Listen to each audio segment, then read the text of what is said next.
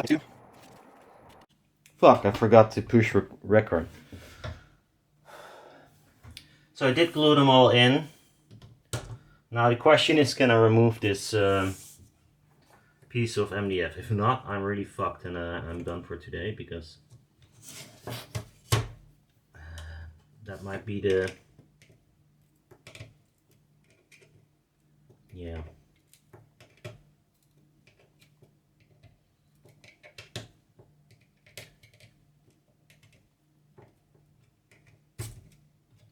Might be the part where I get pissed off.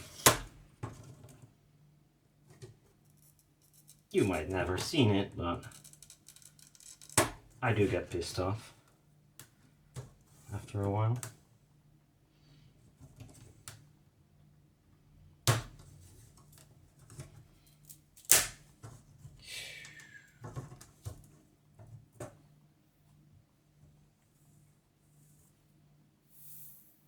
Yeah, so this kind of template would be nice to make from HDPE, because or polyethylene, probably HDPE, because it's more stiff. Also, I should have given the magnets a little bit more room in this jig, but on HDPE the cyanacrylate glue will not add higher, which is nice, so you can always get it out. I mean, easier at least. Okay. Now I need to add the foamy bit, and I was thinking to use the side with the real adhesive on the outer side to hold the membrane. I'm not sure if that's a good idea, but thought I might try. Well, I got plenty of this stuff, but because I ordered it once and I ordered the wrong version.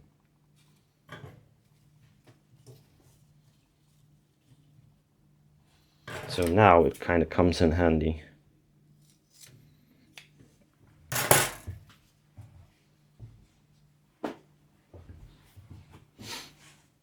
Now I'm gonna apply some Super 77 on this side. So I'll go outside and spray it.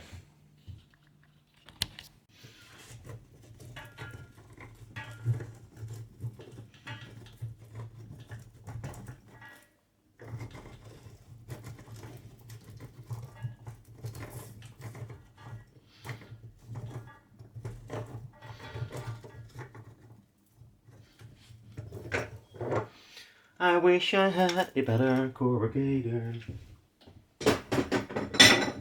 but I never have the time to make it, because this kinda sucks. It has a wiggle in it.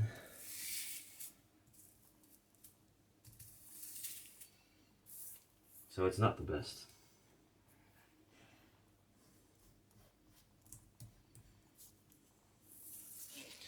So first I thought I'll put the this thing on top of the membrane, but it's actually not possible because of this edge here. You cannot see where you put it. You could make like a complete jigsaw, you could, but that's not what I did, so probably just plop it on, see what it does, and be disappointed because I chose the wrong metal. And yeah, I think that's kind of how it will work.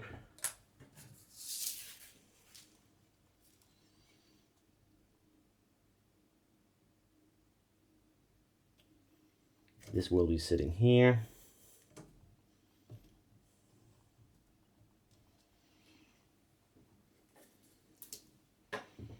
Flop it around like that.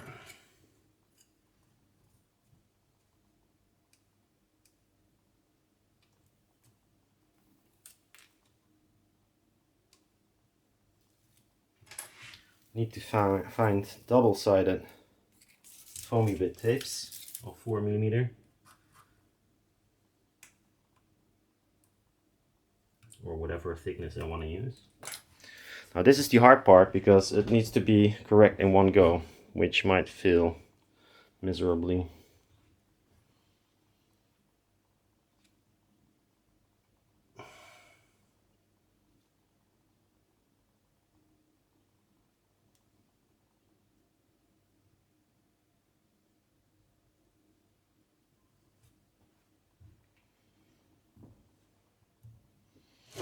Then the idea is to put it on a glass table. Not here, because here there might be metal shavings. I'll be right back.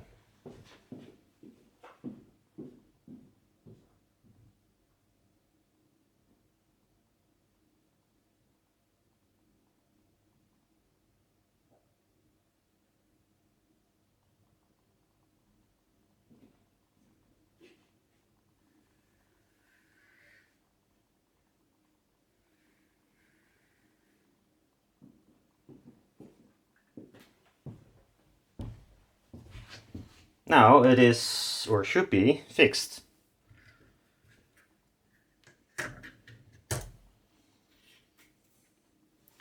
Yeah, this could have been a little bit to that side.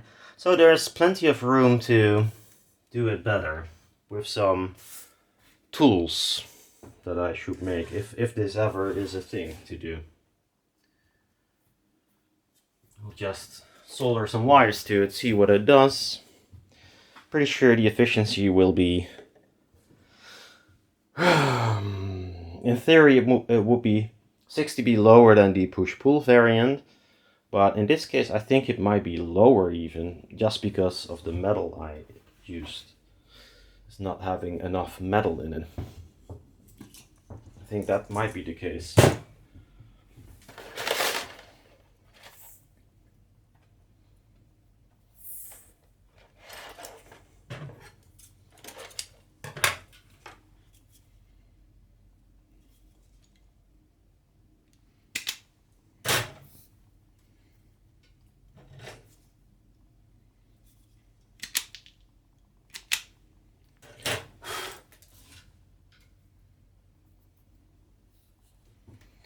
Want to tin these wires first.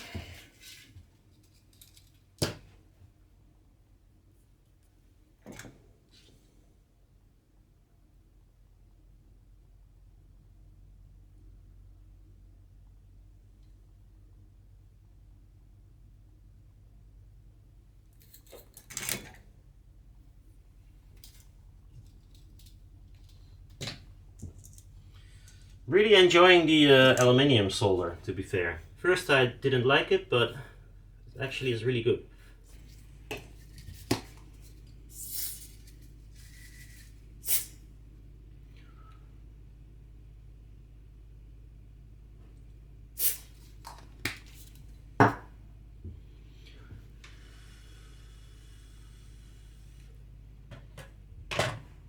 There you go. We got a panel. So I'll just see what it does. Why is it so dark on camera? Is it just a reflection? Yes, it is. I added extra lights, but it's darker than ever.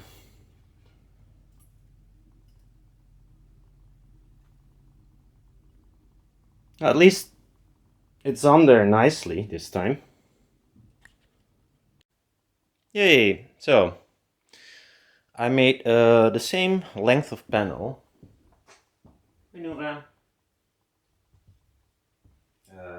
as this one. So actually the membrane itself is the same. In the measurements I did not use this piece of metal, but I wanted to have some baffle, wanted to see what it did. Now, as I told, this is made with cheap ass metal, 18 magnets. I think I said 12 before, but that's not the case. Ben je naar buiten? Dag Noora. Nou toch niet? Noraatje?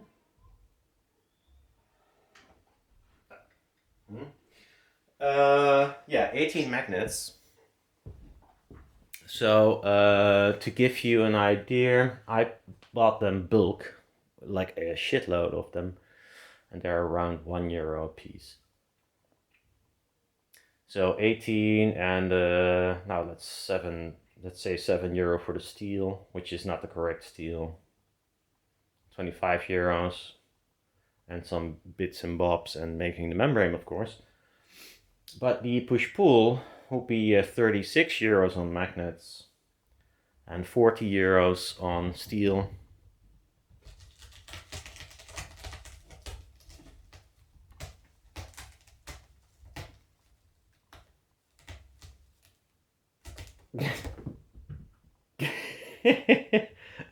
Boom! So yeah, far more expensive. The push-pull in the measurements, and I can show you here, is doing a little bit better. It's doing a little bit better than the single-ended in distortion. It doesn't look as smooth as the single-ended, so that's a thing. But you could make 3 of these panels. If you want to make a line array, 3 of these would cost as much, almost, as a one push-pull with a length of only 60 centimeters instead of 180. And if you do, I'm pretty sure the 180 will win in distortion, as well as being more of a line source. So it depends what you want to do with it. I mean, 60 centimeter long push-pull is not tiny enough to have good vertical dispersion, not at all. And 180 comes closer to a line source. So I'll show you a close up that you can see the corrugation is, I would say, slightly above the wooden frame. And that was the idea.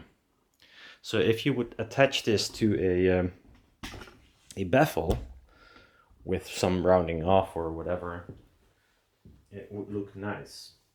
So you would not look at this piece here, so only the middle part will be visible.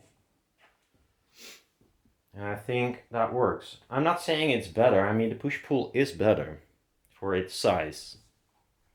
So this compared to the push-pull wins. There's a few things that I don't know exactly what's causing it. The resonance of the single-ended is almost 80 or 90 hertz higher, which is annoying. Compared to the push-pull. But in push-pull, usually the resonance drops, but not 90 hertz. So that has to do with the kind of foam that is holding the membrane right now, which is stiffer than the foam in the push-pull version. So could change that out, see if that works. But I think the foam in the push-pull is so floppy, it will not do what this foam does. But who knows, maybe there is a foam that is slightly less stiff.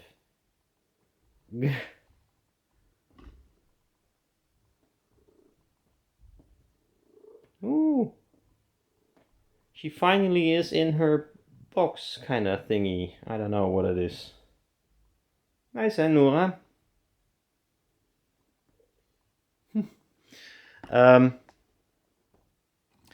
So just wanted to make this version and see what it did. And yeah, there are a few things that I wanted to try. Years back, I tried a kind of tweeter that uses multiple coils, and then you use a you use a cap to short out one coil. And what will happen is, let's say this has two coils, one here and one next to it, which will decrease resonance, of course. You could short one coil out with a capacitor, and what it does is both coils are playing in series, but at the value of the capacitor it will skip one coil and go directly to the second coil. It's a crude way of making a panel that plays all the low ends together in series, but at a certain frequency it will only play from one part.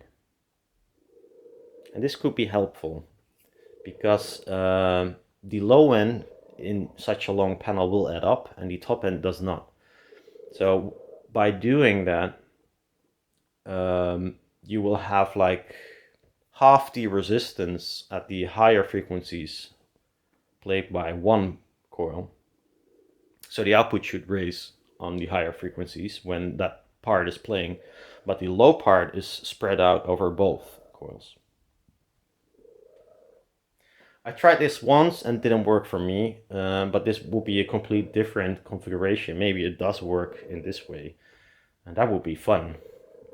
So then the panel could be slightly wider, and it has more surface area for the lower end, and just one part of it does play the actual high frequencies above, let's say 10K or whatever. At least they both play, but one will drop off and the other will just keep on playing. So who knows, that might be fun. Might be interesting to try. I think it becomes too wide and that gives trouble in the low end, but we'll see. Low end, I mean lower, what is it? Upper mid? Like around 300 hertz or something. It would be nice if you can cross it at 200, 250, that would be awesome. While having a better dispersion at the top end and a little bit more output over there, because the low end will add up if the panel is long.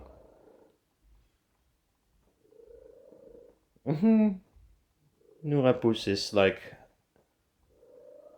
stempelen, they call it. I don't know what it is, but you know, with the feet, like they do with their mom if they want milk.